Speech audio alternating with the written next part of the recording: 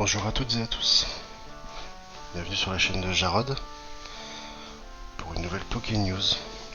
Aujourd'hui on va parler de Noir et Blanc, donc qui met à l'honneur les Pokémon d'Unis, les 156 Pokémon qui auront tous leurs cartes alternatives, soit en AR, soit en SAR.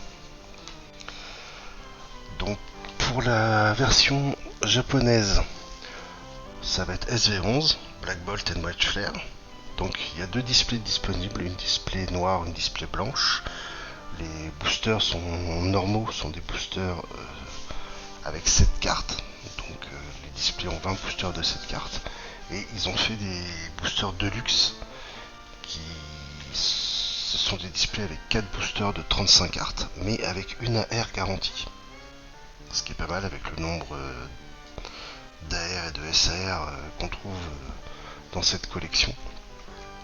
Donc il y a de nouvelles raretés sur les cartes. Eux ils appellent ça BWR. Donc avec Zekrom complètement noir, Reshiram complètement blanc, et une carte de Victini complètement rouge qui elle apparemment est réservée aux gagnants de tournois, en ce qui concerne le Japon. Donc chez nous apparemment on appellerait ça des NBR, pour les nouvelles raretés. On va donc avoir, pour ce qui concerne EV10.5, pour la France, on va avoir deux boosters distincts. Donc les boosters noirs Foudre Noire et les boosters blancs Flamme Blanche, avec donc Zekrom et Reshiram. Cette sortie est prévue pour le 18 juillet 2025. En ce qui concerne les ETB, donc deux ETB distincts, puisque c'est comme si c'était deux séries en fait. Donc Flamme Blanche et Foudre Noire, avec des cartes promo qui vont mettre à l'honneur Fulguris et Boreas. Donc ce sont des Pokémon étranges pour cette collection, même s'ils font partie de la 5ème génération. On aurait plutôt vu les Pokémon mis à l'honneur, Zekrom et Reshiram. Mais voilà, bon, c'est le choix qu'ils ont fait, à voir ce que vont donner les cartes une fois qu'on les aura vraiment en visu devant nous. On retrouve donc le 18 juillet un classeur blanc et un classeur noir. Voilà, donc avec 5 boosters de chaque. Ça c'est un petit peu habituel. On va avoir le collection poster. Donc on n'a pas encore le visuel du poster, même si on devine là sur le paquet qu'il sera divisé en deux avec Zekrom d'un côté et Reshiram de l'autre. On voit 4 boosters, peut-être 5 sur le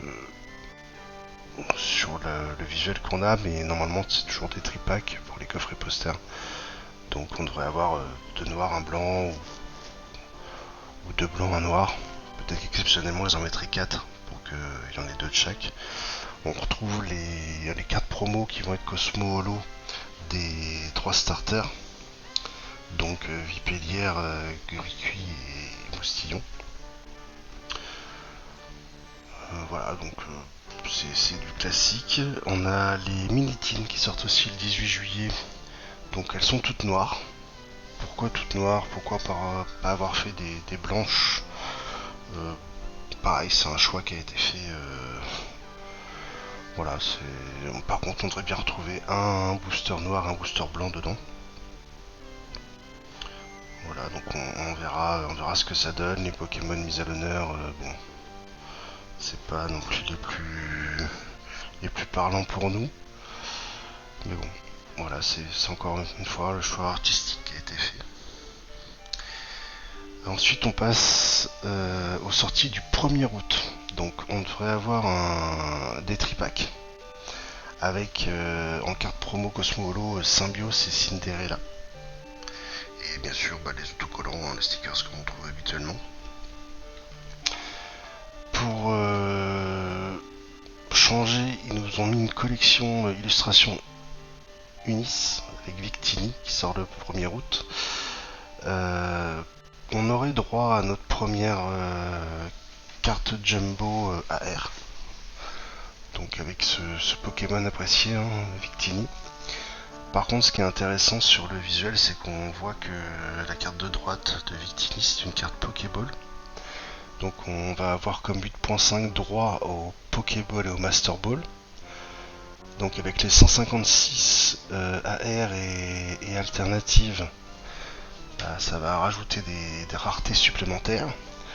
On partirait aux alentours de 400 cartes par collection, blanche et noire. Donc ceux qui s'engagent sur un Master Set noir et blanc, bonne chance à vous. Et on finit le 22 août par les bundles noir et blanc. Voilà, donc avec les visuels des deux Pokémon mis à l'honneur sur cette collection. C'est une collection qui va être très très difficile parce que comme je vous l'ai dit, il y a beaucoup de raretés. Il y a énormément de cartes. Réussir à avoir et du noir et du blanc, que ce soit en ETB, que ce soit en classeur, etc., ça risque d'être assez compliqué. Donc je sais pas comment vous sentez la collection. Si vous pouvez me le dire en commentaire. Peut-être que certains vont privilégier le japonais avec des boosters avec des airs garantis pour avancer sur la collection. Peut-être que d'autres vont se dire la collection est grosse, je vais chercher que quelques cartes. Voilà, ça m'intéresse de savoir ce que vous allez faire sur cette collection là. Moi personnellement la collection je la trouve très très sympathique. Après c'est une très très grosse collection, je pense pas m'attarder à essayer de faire un master set ou quoi que ce soit. Je pense que je vais aller chercher les cartes qui m'intéressent le plus. Malheureusement, hein, parce que ça va être extrêmement dur. Tout dépend du taux de drop qu'on aura aussi, c'est pareil. Hein. Le taux de drop peut être intéressant, mais c'est pareil si les Pokéballs et les Master Balls prennent la place d'autres raretés, ça va être compliqué. Hein. On a vu ce que ça a donné sur 8.5. Voilà. Donc si la vidéo vous a plu, n'hésitez pas à mettre